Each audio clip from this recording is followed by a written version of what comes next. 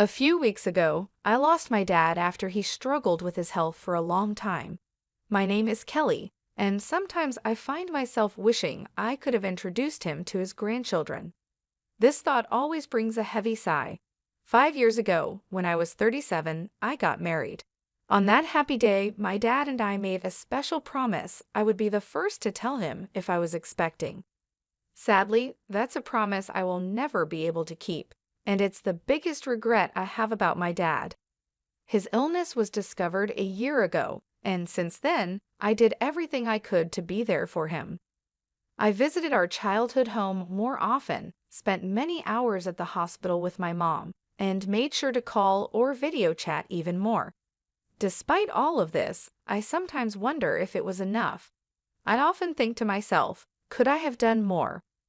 Lost in thought, I whispered these words, and my mom, always supportive, comforted me, saying, "Kelly, you did everything you could. Your dad knew that, and he was proud." Just then, my sister Julia walked in with a man who looked to be about 45, probably the lawyer. "This is Scott, the attorney," she introduced him, and my mom quickly offered him a seat. As soon as we all sat down, Julia couldn't hold back and mentioned that the lawyer said Dad left us a significant inheritance. I couldn't help but respond, "Julia, you know it's not all yours." That comment instantly changed the mood.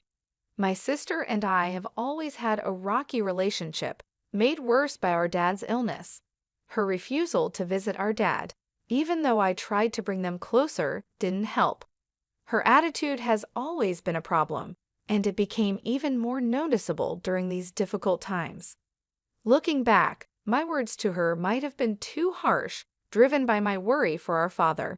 However, her response didn't make things better. "You're an adult. There's no need to be so stubborn," I pointed out, to which she snapped back, "I'm not being stubborn. Living in the city and traveling to the countryside isn't as simple as you think. It's just a 5-hour drive." I responded, but she argued back, saying that those 5 hours aren't just about time, it costs money. And yes, money is important to her. She told me she's busy and asked me to stop bothering her. That ended our conversation. Despite the distance, I always thought she could make an effort to visit now and then. This belief was a big reason why our relationship started to fall apart. In the end, she never visited our father, and the distance between us only grew. The tension in the room increased until the lawyer stepped in and suggested we all take a moment to calm down. I apologized, saying, "I'm sorry," which seemed to make things a bit better. The lawyer then explained, "As I mentioned over the phone, I'm here about your father's will." My mother, looking confused, asked quietly, "When was this arranged?" The lawyer replied, "A few weeks before he passed. Your father reached out to me. He asked you to come to the hospital?" My mother asked. The lawyer answered, "Yes, I drafted the will there with him, and his primary doctor was there too. It was arranged that the doctor would notify me after your father passed, which is why I contacted you now." The lawyer then took out a white envelope and placed it in front of us. Recognizing my father's handwriting on the envelope, I whispered, "That's definitely Dad's handwriting." Julia, visibly impatient, demanded, "Just get on with it." "What does it say? You know I'm busy." The lawyer, with a slight smile, opened the envelope. Inside, there was a single piece of paper outlining the inheritance, the house, some land, some savings, and a storage shed. We knew about the house and the land, but the mention of a storage shed was new to me. My sister, frustrated, turned to the lawyer and asked, "Wait, what about the farm?" The lawyer echoed, a bit surprised, "Yes, the farm." I explained, our father used to work on it as a hobby. He had run a successful business in a nearby town, but decided to slow down after turning 55, thinking about closing the company to spend more time on his hobbies, including the farm. This new mention of the farm added another layer to our father's legacy and what he left behind during my high school years. I remember saying that I wanted to take life a bit slower. My sister, who was in college at the time, didn't agree with this more relaxed approach. But both my mom and I, worried about my dad's health, supported the idea. "Don't worry about money, Julia. We've got plenty of savings," my dad reassured her. Though hesitant, she eventually agreed. After that conversation, my dad did wind down his business and started farming close to our home. "There's something fulfilling about working with the land," he would say, his face lighting up with joy. Seeing how happy he was made me feel that we made the right choice, though Julia seemed less convinced.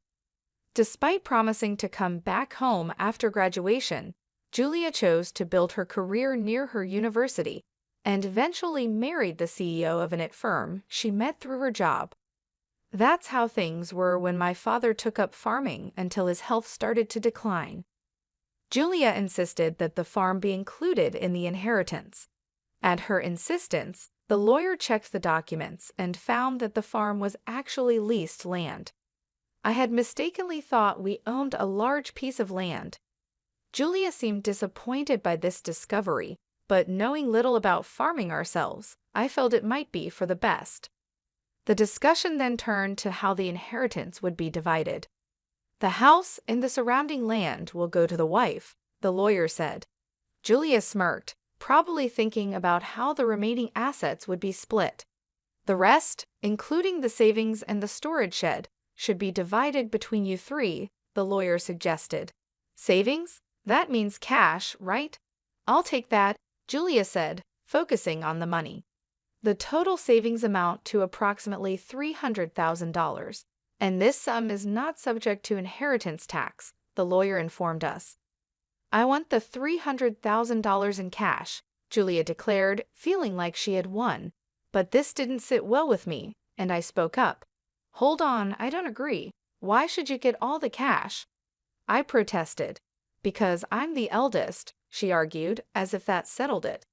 "Fine, you can have the storage shed. What's that even worth anyway?" she added dismissively, turning back to the lawyer for more details. "It's the shed next to the farm. Whoever inherits it will own the structure, the land it's on, and anything inside it," the lawyer explained. Suddenly, Julia's attitude changed when she heard there was additional land. It struck me as odd that, even though she was married to a successful CEO, her desire for more seemed never-ending. As the lawyer explained more about the storage shed, he mentioned it came with a small piece of land, about 90 square feet, roughly the size of a small bedroom. He then laid out some photos of the shed for us to see, showing both the outside and inside. The shed looked quite run down from the outside, and inside it only had simple gardening tools like hoses, scissors, and shovels, nothing that seemed particularly valuable. My sister made a face of disgust when she saw the photos. "I don't want this," she said, looking closely at the images. They really just showed everyday items, more valuable for their memories than for money. "Fine, you take the cash. I want nothing to do with that old shed," she said, clearly wanting to distance herself from what she saw as a worthless inheritance. "Hold on, that seems unfair," I protested, realizing how uneven the division was. My sister quickly agreed to take the cash, knowing it was the more valuable option, leaving me with what she saw as worthless. Her insistence made me feel trapped, especially when my mother said, "As long as Julia doesn't complain later, I see no problem with this arrangement." Complain? Why would I? Julia quickly agreed, satisfied with getting the cash, leaving me with the shed. I couldn't hide my disappointment, but before I could argue more, Julia dismissed my concerns, accusing me of being too sentimental. "You care more about our father than money, right?" she challenged, leaving me momentarily speechless. It's true that family should be valued over money, but her quick decision left me feeling unsettled. In the end, my mother inherited the house and land, Julia happily took all of Dad's savings, and I was left with the neglected shed. After agreeing to the division, Julia even signed a document promising not to dispute how the inheritance was split, laughing confidently as she did so. I couldn't contain my frustration and later expressed my disappointment to my mother. "Why didn't you support me?" I asked, feeling let down. My mother insisted she had helped, claiming that her involvement made sure I got the shed. But I'm not happy with just the shed, I argued, unable to see its value. You might find something unexpectedly wonderful if you give it a chance, my mom suggested, trying to be optimistic. Despite my frustrations, her words sparked a faint glimmer of hope. Maybe there was more to the shed than it seemed, a thought that left me wondering. I tried to make sense of the day's events. After getting the key from the lawyer, I walked to the shed, which was beside a field about 15 minutes away from our house. The path was quiet and rarely used, adding to the peaceful yet somber atmosphere. The field, which my father had leased until he recently went into the hospital, was now empty, giving the place an untouched and solemn feeling. When I unlocked the shed, I was greeted by a thick layer of dust, showing how long it had been neglected. "Wow, it's really dusty," I said, noticing the heavy scent of disuse in the air. Even though I felt a bit disappointed at first, I still hoped to find something special of my father's, maybe a keepsake hidden inside. As I looked around the shed, it quickly became clear that it was just a simple space filled with farming tools. These items might have held sentimental value, but they didn't seem particularly special at first glance. I thought to myself, maybe I should just take what's inside for now, as I scanned the dim and cluttered surroundings. Then I noticed something odd about the shed's size. It seemed smaller on the inside than it did from the outside, which puzzled me. Was it a trick of the light, or was my mind playing tricks on me? I stepped outside to get a better look, still curious about the strange difference. Driven by curiosity, I decided to explore the outside of the shed. As I walked around to the back, hidden among a dense group of trees, I found a second door. "Wait, another entrance?" I gasped. From inside the shed, there had been no sign of this door. It looked like there was only one way in and out. This discovery hinted at a hidden space, only accessible from this secret back door. A surge of excitement rushed through me. Could this be one of Dad's secrets? He loved surprising us, always finding joy in the unexpected, like the surprises he planned for my birthdays. The memories brought tears to my eyes as I re-entered the shed, determined to find the key to this hidden door. After a thorough search, I was ready to discover what lay beyond it. I found 4 keys cleverly hidden inside the handle of a shovel. Excited, I rushed to the back door and tried one of the keys. With a satisfying click, the door swung open. Inside this small, hidden space stood a large safe, alone and imposing. Is this from Dad's company? I wondered aloud, as a flood of questions filled my mind. What secrets did it hold? Was this my father's way of leaving a final piece of himself behind? The discovery hinted at parts of my father's life that I had yet to uncover, like a personal treasure hunt he had left for me to explore. I immediately recognized the safe as the one that used to sit in the corner of my father's office, a familiar sight from my childhood. Seeing it brought a wave of nostalgia over me. This safe was a real connection to my father, making the inheritance feel even more meaningful.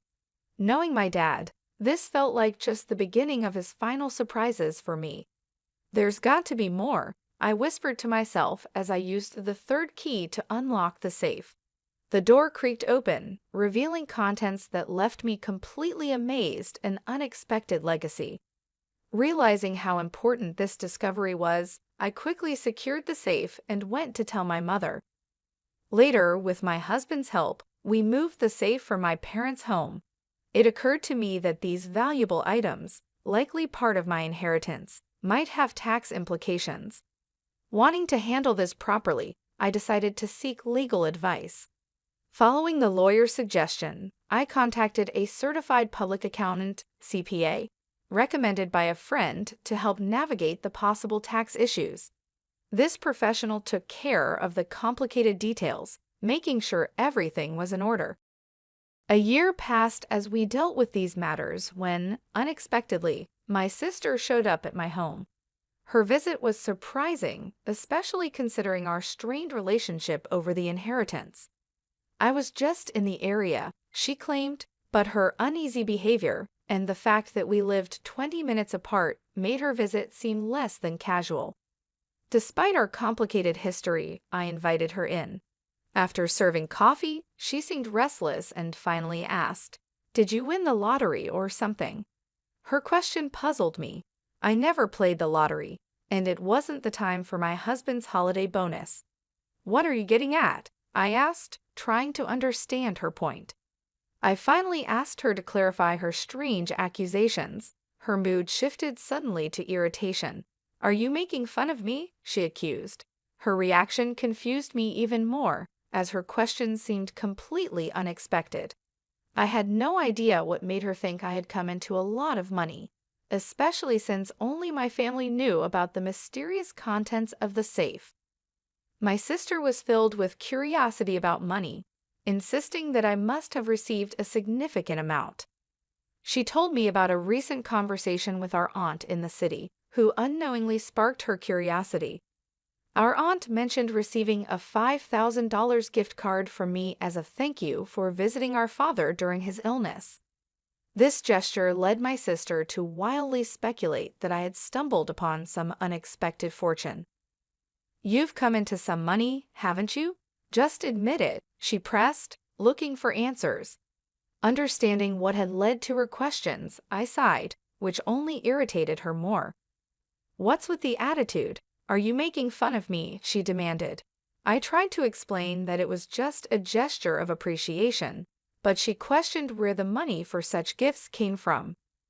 I reminded her of the inheritance, specifically the dusty shed she had dismissed, and then revealed the discovery of the safe inside it, a real treasure trove left by our father. The safe contained a collection of valuable watches, a passion of our father's. Although I wasn't sure of their exact worth, it was clear they were valuable, especially considering the modest savings left behind. This revelation led to a discussion about the possibility of having to pay inheritance tax, a concern my mother had raised when she learned what was inside the safe. "What should I do, Mom?" I asked, seeking her advice. My mother suggested handling everything openly and honestly, reminding me that secrets like these usually come to light eventually. Following her advice, I contacted the lawyer we had previously consulted. The lawyer explained that the value of inherited items determines whether inheritance tax applies. This led me to take the responsible step of accurately declaring the inheritance and ensuring I was complying with all the legal and financial requirements of my newfound wealth by seeking professional advice. I found out that a certified public accountant, CPA, could help manage the valuation and tax obligations of the inherited watches for me. Trusting the CPA with this task, we discovered that the collection was worth an incredible $500,000. Because of their high value, it was clear that inheritance tax needed to be paid. The sensible advice was to keep only the watches that held sentimental value to me and sell the others to someone who could appreciate and afford them. This approach not only made financial sense, but also felt right emotionally. From the money made from the sale, I was able to cover the inheritance tax and also send gift cards to relatives who supported us during my father's illness. This is what had sparked my sister's curiosity. Among the keepsakes, I chose to keep my father's pocket watch. It wasn't worth much in terms of money, but it was rich in memories. I shared this story with my sister, showing her the pocket watch and trying to explain its sentimental value. However, her reaction was lukewarm. She seemed more interested in what was sold than what was kept. When she asked about the remaining watches and the safe, I told her it was our mother's house and explained its size and importance to our father's business. Her response was thoughtful, which left me feeling uneasy about her intentions. However, she left without asking any more questions, much to my relief, though I couldn't shake off an unsettling sense of worry. My fears were somewhat confirmed that very night when I received a distressing call from my mother, urging my husband and me to come to her house quickly. As we approached, the scene was alarming: red lights flashing in the darkness, police cars stationed outside. Pushing through the gathering crowd, I found my mother and learned what had happened. She'd been getting ready for bed when she heard strange noises that startled her. It sounded like someone was frantically searching through the house. With no one else home to help, my mother made a quick decision to escape through a window, driven by fear and desperation. Her description of the situation was unnerving, painting a picture of a night filled with panic and uncertainty. Under the cover of darkness, my mother had noticed the eerie glow of a flashlight moving inside the house, confirming her fears of a burglary. In a state of panic, she made her escape. She sought help from our neighbor, who, after seeing the suspicious activity, quickly called the police, convinced that a burglar was in the house. But the supposed intruder was actually my sister, Julia, who had decided to search the safe after hearing about my inheritance earlier that day. Without knowing her intentions, both my mother and the neighbor were understandably alarmed. When the police arrived, the situation escalated. Julia, caught off guard and feeling guilty, tried to flee the scene in a panic. Ironically, as she attempted to escape, she collided with the safe, causing it to tip over and trap her underneath. This accident led to her being rushed to the hospital with complaints of leg pain, leaving us all in disbelief over her reckless actions. After this chaos, my mother and I found ourselves apologizing to the responding officers for the misunderstanding. I also felt the need to inform Julia's husband about the incident, only to learn from him that Julia had been hiding a significant amount of debt due to her extravagant spending on luxury items. Their recent argument had ended with her storming out, determined to borrow money from our mom to settle her financial troubles. What we didn't know was that she had already used up her inheritance in an attempt to pay off her debt. Julia's husband, already stressed from discovering her financial mismanagement, declared his intention to divorce her after hearing about her latest escapade. This revelation explained Julia's desperate actions that night, which led to a tense scene at the hospital where her husband brought up the subject of divorce. The entire ordeal turned into a dramatic clash, highlighting the serious consequences of Julia's actions and the turmoil they caused in our family. Julia was adamant, insisting, "I'm not getting a divorce, absolutely not." But the reality of her situation became clear when her husband presented the divorce papers. Faced with undeniable evidence of their broken relationship, she had no choice but to sign them. Now confined to her hospital bed, with a mix of shock and resignation, she was flipping through a part-time job magazine, clearly thinking about how to tackle her debt with new employment. While this turn of events was unfortunate, it offered a small glimmer of hope that she might finally take responsibility for her actions after everything that had happened. I made an important decision to move back to my childhood home. The chaos had definitely made me worried about my mother's well-being, but there was also a happier reason behind my choice I found out I'm expecting. After a lot of discussion, my husband and I agreed that moving back would be the best decision. This way, we can have my mother's support as our family grows. Even though I regret that my father couldn't be part of this joyful news, I find comfort in believing he would have shared in our happiness. As I step into this new chapter, the excitement of welcoming a healthy child fills me with peace and hope for the future, despite the recent family troubles.